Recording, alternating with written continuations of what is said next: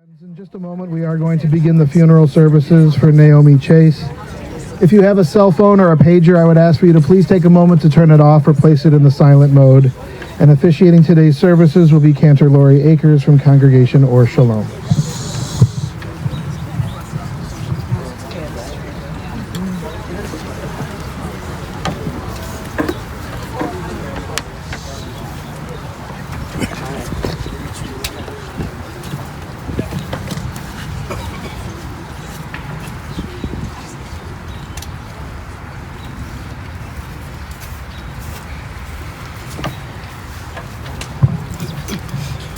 Bruchim Habayim, welcome. In our Proverbs, we read, is this on the microphone? We can hear me? No. We can't hear. That's amazing. Do you need to sit? I just texted. Literally as you do. Okay, there we go. Oh, okay. Again, we welcome you, Brachim Habayim. I'm Cantor Lori Akers on behalf of Congregation Or Shalom. In our Proverbs, we read, a woman of valor who can find. Her worth is far beyond rubies. And as we gather our hearts today in honor and in memory of Naomi Chase, the words of Eshet Chayil, a poem that extols the virtues of a woman of strength, feel especially fitting. She was without question a true woman of valor. Naomi's presence in our lives was a source of love and inspiration, and always a smile. And today we join together to honor her memory and give comfort to her family and to all who loved her. And as we remember her, we experience the values that she left within us as she has now buried herself deep within our hearts. So it is our tradition to begin our services with the recitation of Psalms. And in doing so, we are linking Naomi's lives with the tradition of the people of Israel and the eternity of God. Esa einai el heharim me'ayin yavo Ezri me'im Adonai oseh shamayim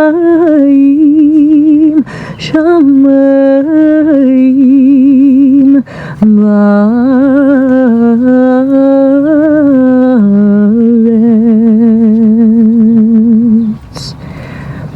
And now we'll join together in our pamphlets. On the first page, we find the words of our 23rd Psalm, which remind us that even in these moments of darkness, that we are not alone. And so we'll join together. The Lord is my shepherd, I shall not want. God maketh me to lie down in green pastures. God leadeth me beside the still waters. God restoreth my soul. God leadeth me in the paths of righteousness for God's name's sake. Yea, though I walk through the valley of the shadow of death, I will fear no evil, for thou art with me. Thy rod and thy staff, they comfort me. Thou preparest a table before me in the presence of mine enemies. Thou anointest my head with oil, my cup runneth over. Surely goodness and mercy shall follow me all the days of my life, and it will dwell in the house of the Lord forever. And so it's customary in moments like this to share words of what we call chesed, words which help to raise the spirit and the legacy of those who have passed, but who will remain eternally loved within our hearts. And so first I am going to call upon Jeffrey to share some words of chesed with us.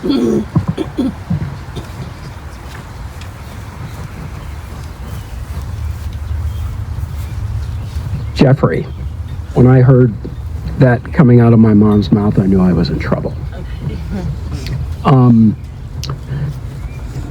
My mom was a lot of things. She had a few names. She was Naomi Dwartz, and then she was Naomi Leon, and then she was Naomi Chase. Almost, not quite, almost in equal thirds of her life. But she was pretty much the same person all the way through. She had some idiosyncrasies. She was a rhinestone cowgirl in her own way. She liked glitter. And this morning when I was going through my closet, I grabbed a white shirt and then I put it back because I'm going to my mom's funeral. So I got some pink.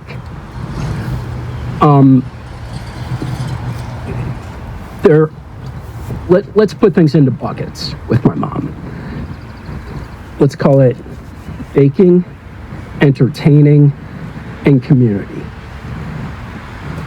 And they're all kind of interrelated. But let's start with the baking because, you know, everybody strives to find a thing they're really very good at. Most of us are really, you know, whatever that thing is kind of mediocre. My mom's baking gift was amazing, unifying. It brought people together. It also made me more fatter than I was inclined to be, for sure. But I mean, our house was constantly baking. We had a chest freezer in our laundry room, the old-fashioned kind where you could put 2 or 3 dead bodies wrapped in plastic if you were a mafioso. Instead of 2 or 3 dead bodies, it was filled with literally thousands and thousands of baked goods awaiting the next event. I used to think my parents were popular because we got invited to parties all the time. By the time I got to high school, I realized that maybe people didn't even like them that much. They just needed the baked goods. And in that light, by the way, when you go back for the Shiva, it seems like the favorite thing of most people is my mom's black bottom cupcakes. So there will be the recipe waiting for you. And I hope you make it and think about her. So then there's the community part. I'm not going to lie and say that I grew up in a house where, you know, everything was, you know, lovey-dovey, you know. Hey, we all know everybody. We know my parents. They got divorced eventually for a good reason. But our house was filled constantly with people. From Monday nights, going to bed, hearing my mom and her friends playing mahjong with the clicking of the, you know, the marble or whatever it was, the tiles. These weren't the cheap plastic ones with Rummikub. They have a very distinctive sound. To holidays, both Passover Seders at our house, Rosh Hashanah, Thanksgiving, usually 30 people, at least. And my mom cooked it all.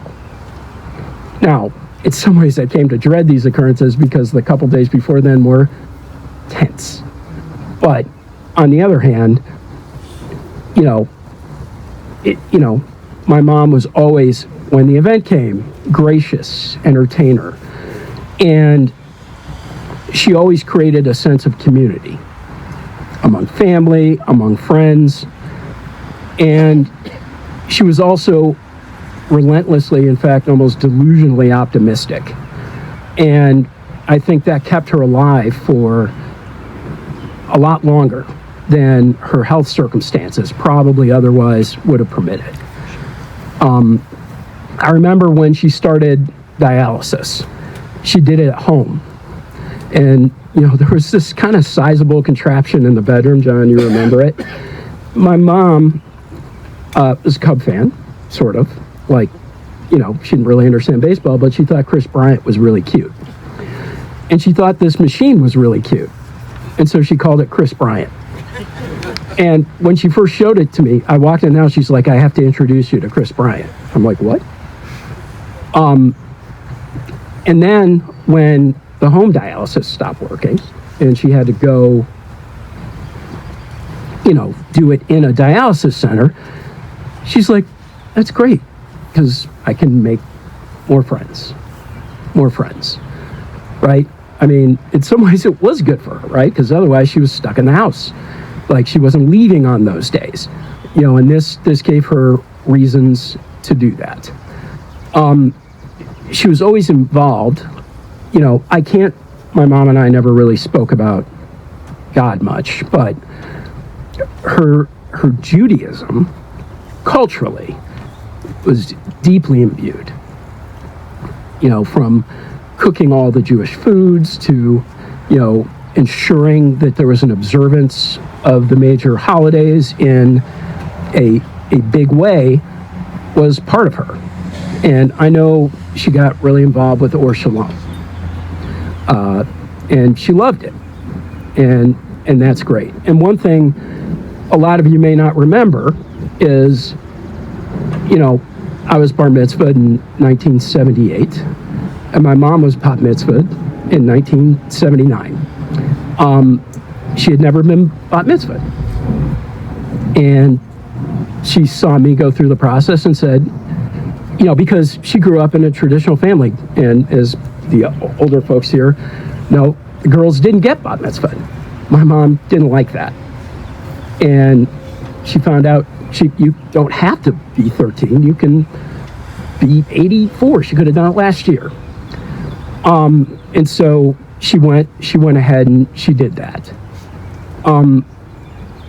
Her attitude was, literally a defining feature of at least the last 10 years of her life.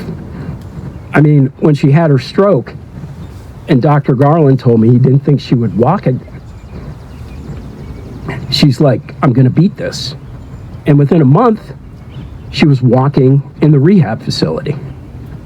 And she might have gotten 85% of the way back if the pandemic hadn't have interrupted things.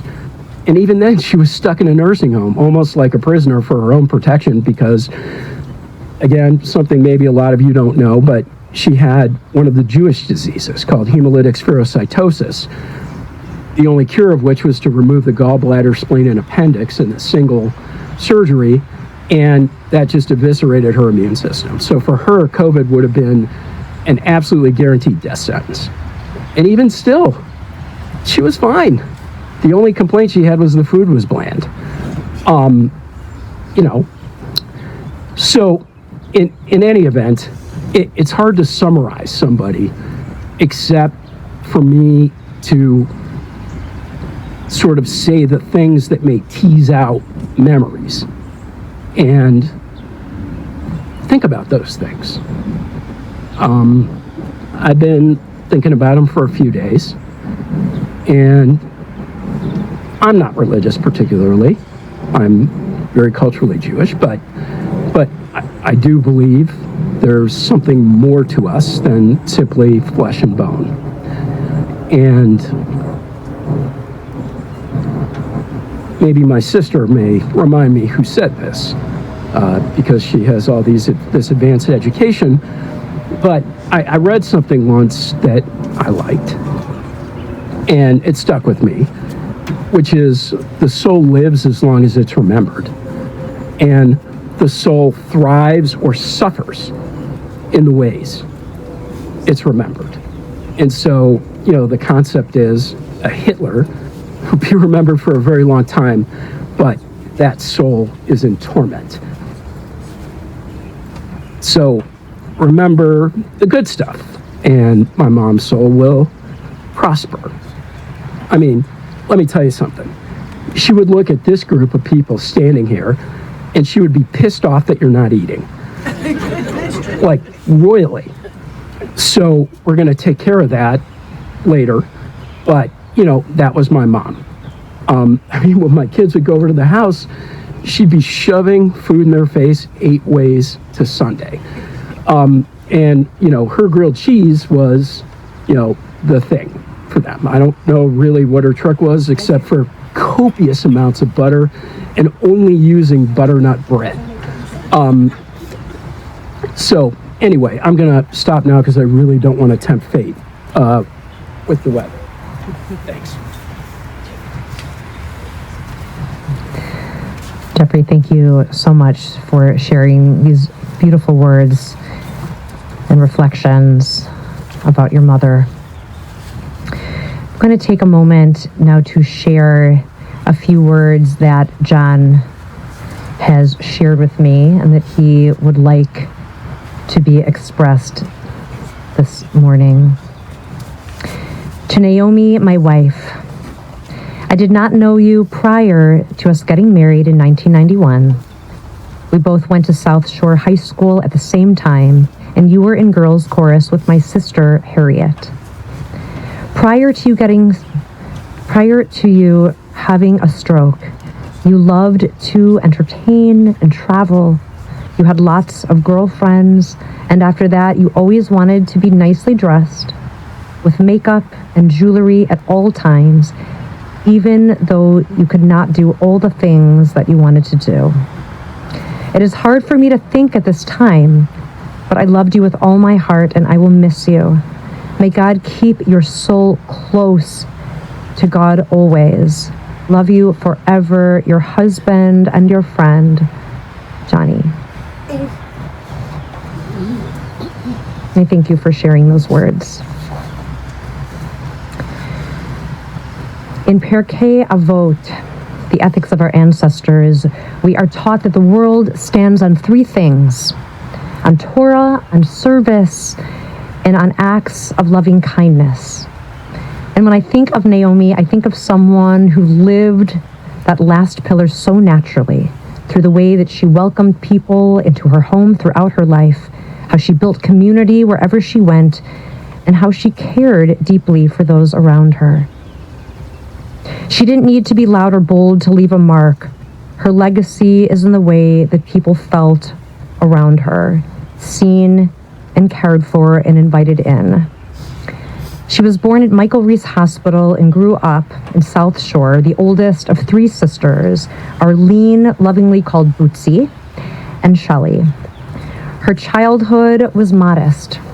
Her father worked at the General Mills cereal factory on the South Side, and Naomi would often tell the story that even though there was meat on the table always for the children, her parents wouldn't eat.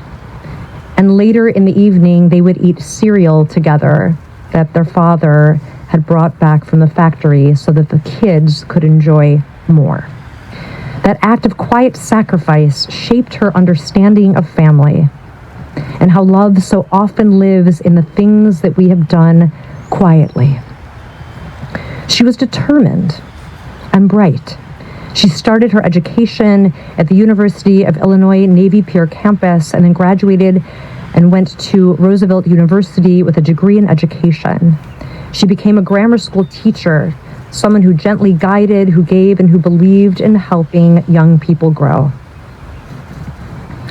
In 1963, she'd married Howard, and together they had had 3 children, Jeffrey, Ruth, and Marcy. When Jeffrey was born, Naomi stepped away from teaching to raise her family.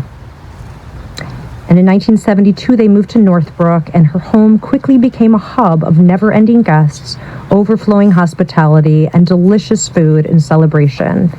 She was a host in every sense of the word, as Jeffrey had shared. She welcomed friends and family, not just into her home, but into her life. Her dinners were bountiful. She cooked in enormous quantities, as we have heard. The doors were always open, and she also encouraged her children to invite their friends over as well. She was also deeply principled. When Jeffrey was young and took the bus to school to the South Side, on the South Side, Naomi noticed something that troubled her. The girls were only playing with light-skinned dolls, and that didn't sit with her. So she brought a black doll for Jeffrey to bring to school. It was a small, thoughtful act, but also a meaningful one. When her first marriage had ended, Naomi continued to carve out a vibrant and full life for herself. She made friends wherever she went. She worked for the state of Illinois at the State Scholarship Commission and has always created community around her. And then in 1989, she met her beloved John. She had placed an ad in the paper, and John answered. Their first date was at Ran of Japan, where they talked all night, closing the place down. And it was the beginning of something steady and something deep. They married in 1991, and together they built a rich life filled with shared joys, traveling, especially cruises. Naomi loved gambling, which she and John did in Las Vegas. They were so seasoned that they rarely were asked to even pay for hotel rooms. She loved playing penny slots in particular, and she played them with joy until almost the end of her days. John and Naomi were devoted regulars at Or Shalom services, and it really didn't feel like Shabbat if the two of you were not there. And Naomi had a very honest relationship with Shabbat and with music. I remember once after a service, she came up to me and said, I'd just been there for, I don't know, a couple months. And she said, what was the song that you sang? There was a new song you sang. I said, oh, was it Hashkivenu? No. Was it Oseh Shalom? Yeah. Oh, yep. That's what it was. I said, oh, wonderful. Yes, Oseh Shalom. And she said, yeah, I didn't like that one. I like the old one. Do you remember that? I do. That was Naomi. Honest, straightforward, and unfiltered, and not afraid to say what she thought. She loved to read. She had countless books, and in recent years, she became passionate about world politics, often talking back to the TV as if it might respond. She never left the house, as you had shared, John, without looking beautiful, always doing her own makeup and always looking pulled together. When I asked her family what it is that she leaves behind as her legacy, they said this. She was caring, she was sensitive, always wanting to help, effervescent, smiling, open, and welcoming. But the word that stands out to me the most is devoted. She was devoted to her family, to her community, and most beautifully to you, John. Your relationship was steady and true, a partnership filled with love and connection and a shared rhythm in life. There's a beautiful line from Eshet Chayil, this poem that we traditionally recite on Friday nights in honor of women of valor. And it says, she opens her mouth with wisdom, and the law of kindness is on her tongue. And that was Naomi. Her wisdom, her candor, her warmth, and her presence all came from a place of kindness. And I can tell you that values and legacy doesn't always come in beautiful, perfect packages. Legacy and values and learnings come from what we hold in our hearts. And it's not always what we had anticipated. And so it's so important that we all take these values with us in her memory. She didn't need to speak loudly to be heard. She didn't need to take up too much space to be deeply felt. Her love was expressed in full tables, honest words, thoughtful choices, and loyalty. May her memory be a blessing. May we continue to feel her presence in the spaces that she once filled. And may the legacy of this woman of valor, Naomi, continue to guide and inspire us. So in a moment, we are going to lower the casket. And as we do so, it's incumbent upon all of us to be able to gauge and engage in this beautiful and important mitzvah. Up until this moment, we were able to provide Naomi with earthly needs, and we could physically be beside her. Now that she has no more earthly needs, it's upon all of us to be able to bury her with knowing hands and with kind hands. And so in a moment, I'm going to ask first your family to take soil from Israel, which we say is there to help sanctify the soul of Naomi and to connect her to the land of Israel, more important now than ever. And then for those of you who are comfortable doing so, we will all take 3 shovelfuls of soil and we will put it on top of the casket. It's customary for us to use the other end, the opposing side of the shovel for our first shovelful to remind us that this is an atypical task. Oh עושה שלום במרומיו, הוא יעשה שלום עלינו ועל כל ישראל, ואמרו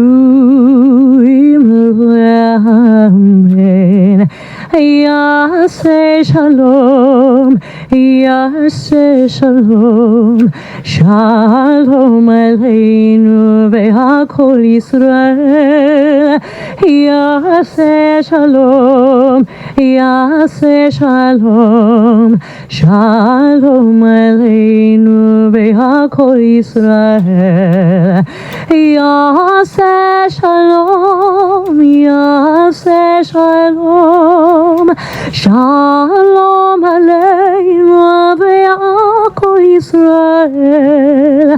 יעשה שלום, יעשה שלום, שלום עלינו ועל כל ישראל.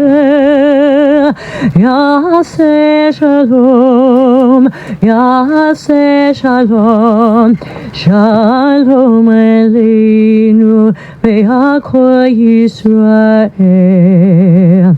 אבי, אבי, שלא ייגמר לעולם, החול בחיים, רשרוש המים, ברח השמיים, תפילת האדם, הכל בחיים, רשרוש המים, ברח השמיים, תפילת האדם. Oh God, it's actually the rain feels so nice. But thanks, Jeffrey. Oh God, I pray that these things never end. The sand and the sea. Look at the service here today. The rush of the water, the crash of the heavens, the prayer of the heart, the sand of the sea, the rush of the waters, the crash of the heavens, the prayer of the heart. Eli,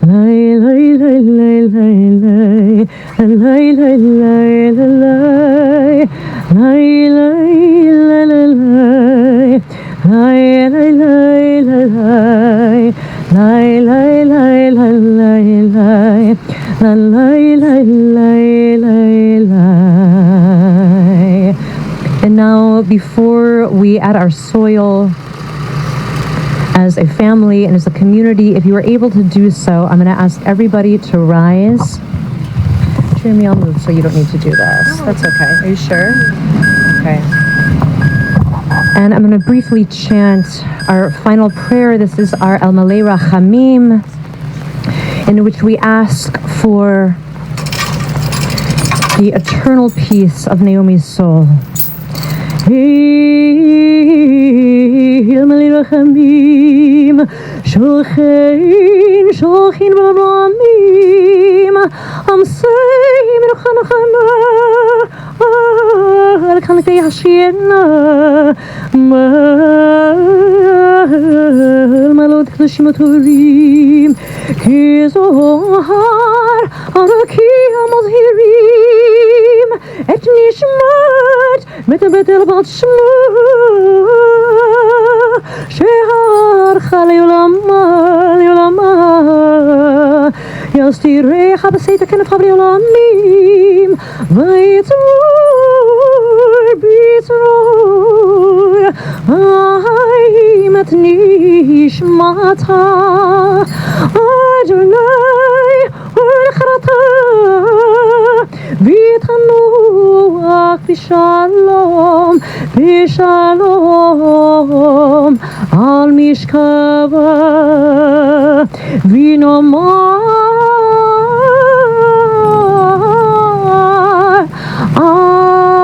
amen. Do the Kaddish. I'm going to do it now. Okay, we have to. Okay.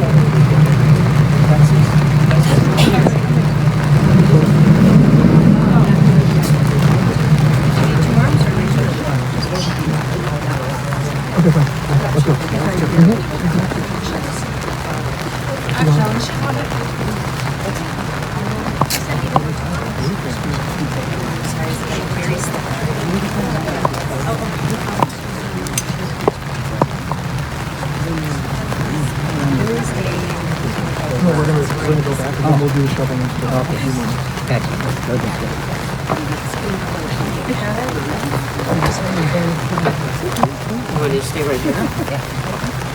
Come out of the rain a little bit. Yeah, I know. After everyone has shoveled soil, we will stand together. Do you want the umbrella? At our service room. What? No, he started us for one of the. Oh, no, I'm fine. Thank you. I'm open. Thanks.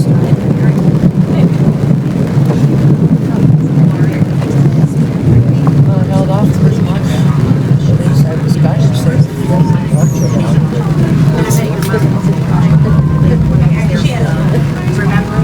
I love what you wrote.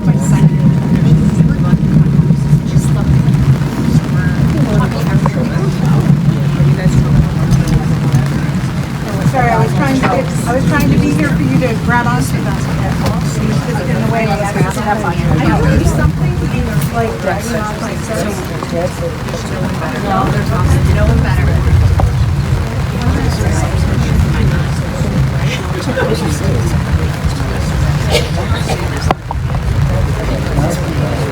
Oh my gosh. I was trying to get us going together. Please, I would stay here. Tomorrow? Thursday. Yeah, tomorrow's Oh, yeah, it is. Oh, that's right. I think so. Yeah, but I won't be long. I'm here to help.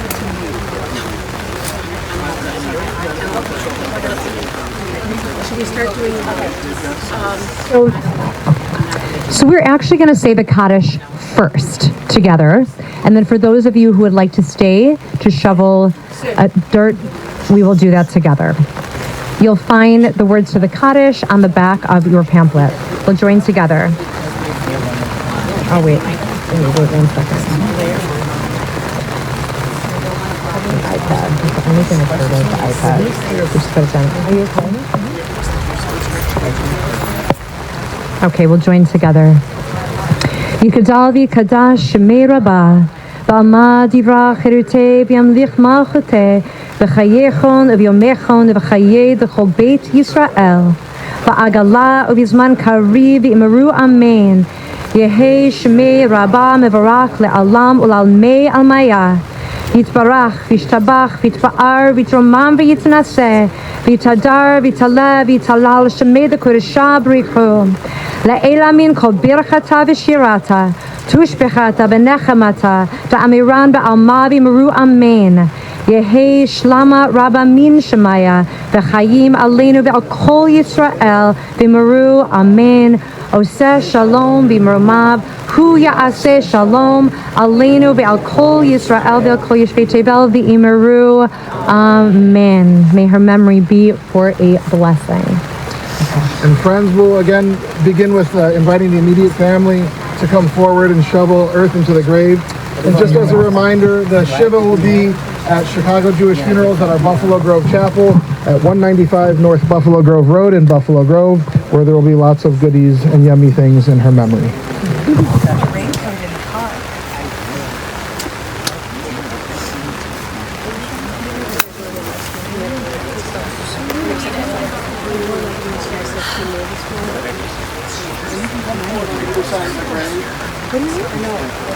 Yes. Oh gosh. We can probably give you a dry one.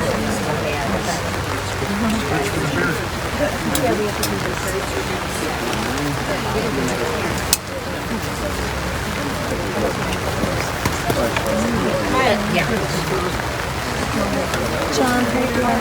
What? How you doing? All right, I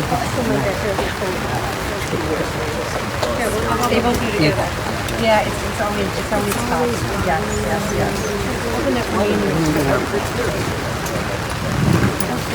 I was hoping the rain would Mine's back there. hold off. Well, it almost did. It almost held off. Yeah, pretty. Yes. Oh no, that's okay. That's okay. Thank you. She's such an important part of my life growing up.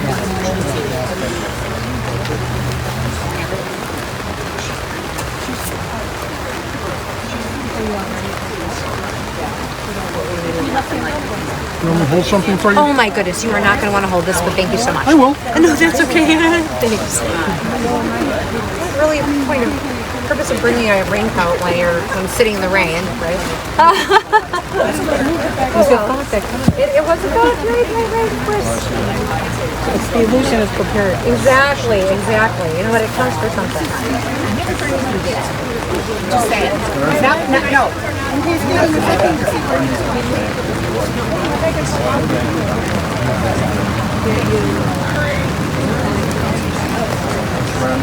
What?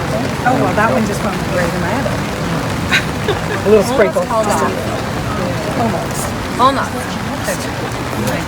It held off long enough for me to leave my umbrella and my raincoat in. Because it wasn't going to be necessary. Thank you. That was beautiful.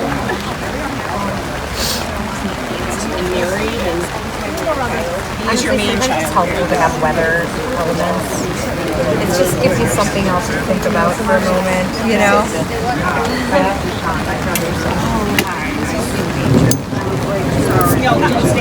Sorry, I didn't.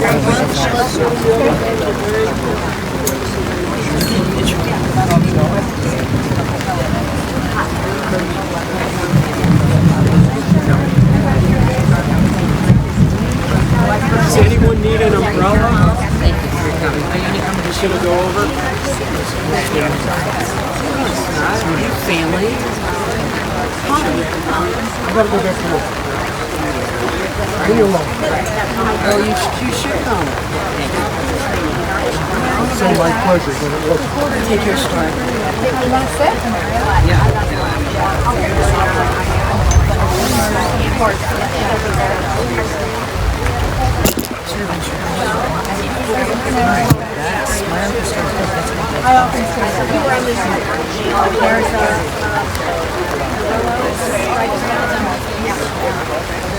No, I just one time I was here. What are you doing for salad? And when soon they start, we went, Dad and I went on the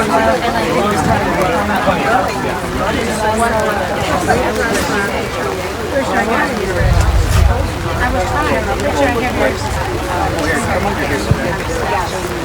It's weird because to get to that house, you have to go on inside and it's for my entire life.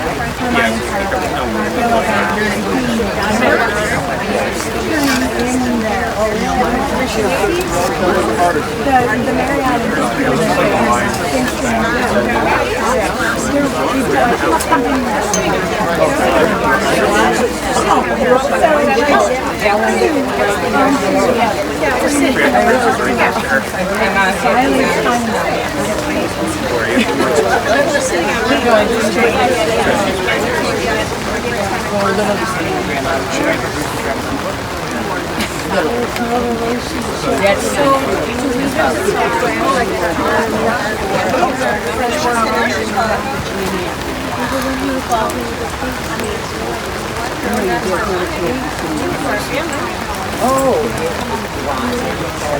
Something you just said you're never too old to see your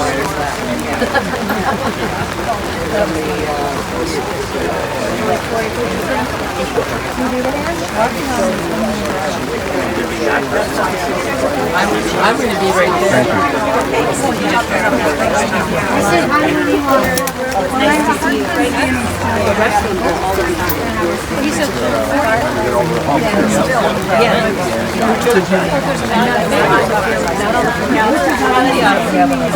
I left it in the car. I know most people